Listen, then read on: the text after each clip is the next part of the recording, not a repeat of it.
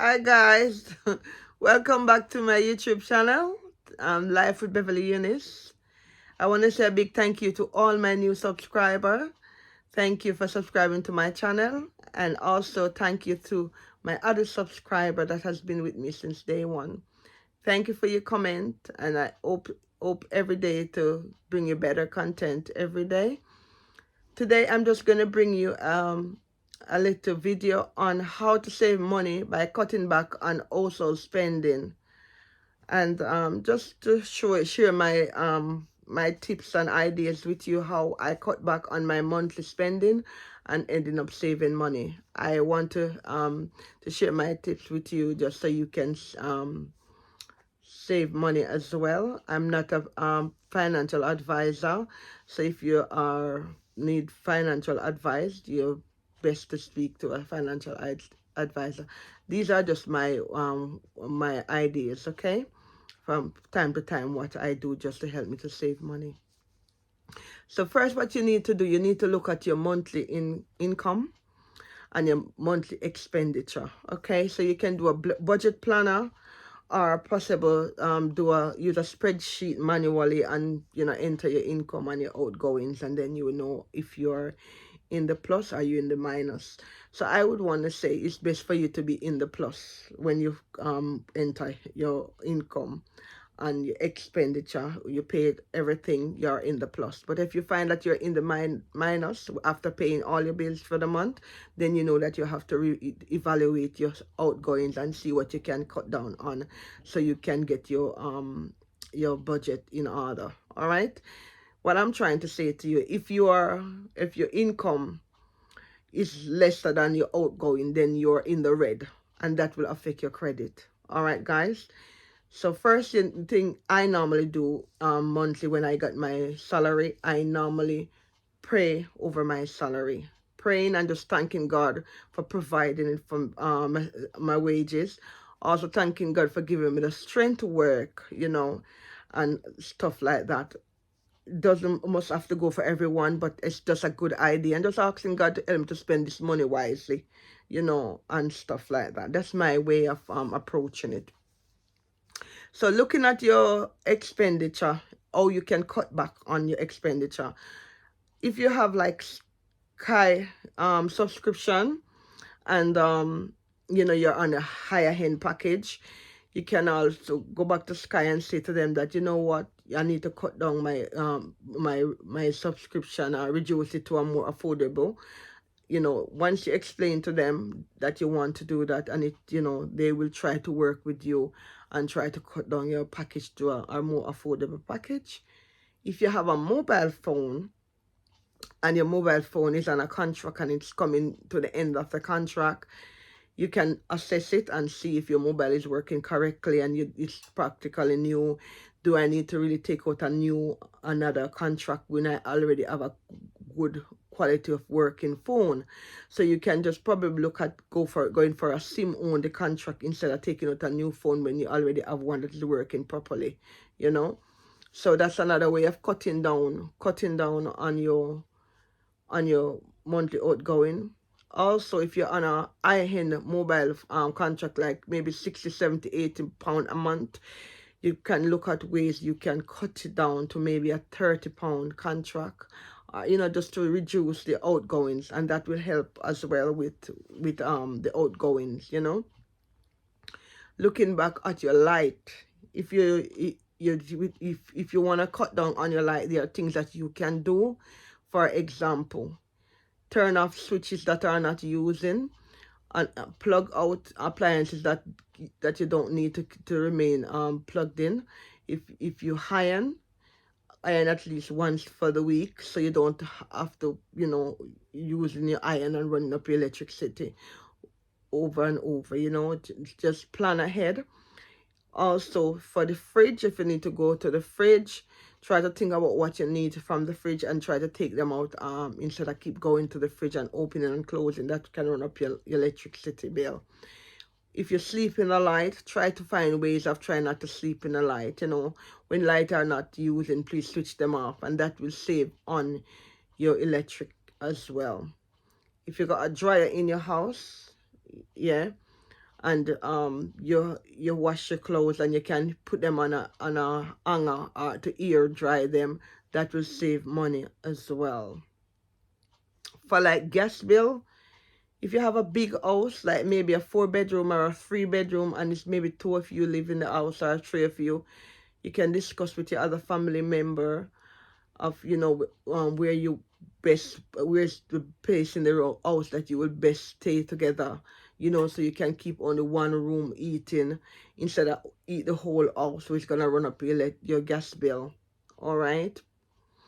Also, there are things that you can do to help yourself, like maybe put a hot water bottle in your bed to warm it up. Not that I'm saying that you have to sleep on in a hot water bottle because you can get burned, but you can use a hot water bottle to warm up your bed, and when you're going to bed, you remove it from the bed. That will help you to save on your gas bill as well. And just eat up maybe one room what you're going to need to be in instead of eating up the whole house. That you can conserve on that as well. For your for your water, you can cut down by, instead of running the tap for the entire duration of your shower, you can just turn it on, do what you need to do, and turn it off until you need to rinse yourself off again. Washing, you probably just have a designated day that you wash. That will save you on water as well. Also, if you normally wash dishes like I do, I have a dishwasher, but I don't use it. I like to wash the dishes with my hand. I am old fashioned. So if you wash dishes like I do, you can have a bowl that you use to wash your dishes in and have one that you rinse your dishes in. That will save you on conserve on water. And just to make sure pipe are turned off properly and there's no leak, because that can run up your water bill as well. For your food shopping, that's a bulk. When you're going for food shopping, ensure that you write a shopping list. And when you go for shopping, ensure that what you're going to buy, you check your cupboard before you leave in your home. If there's food in your cupboard, try to use them as much as you can before you go and restock your cupboard. All right? And take your list along with you when you go for shopping and stick to your list. I know in the supermarket they can often have 2 for 1, 3 for 1, and they sound good when you see it. But don't buy unnecessary things that you don't need, because that way of spending more money than you already plan to spend. Yeah, try to buy in bulk as well. If you buy bulk things, you get better value, because things will be more, reasonable when you buy it in bulk instead of buying every week. Only thing you should be topping up in the week is like milk, bread, or fruits. You understand? Or vegetable. Those are the necessary things, but all other stuff should be buy in bulk as much as you can if you can afford it. All right, guys, and that will help you to save on a lot.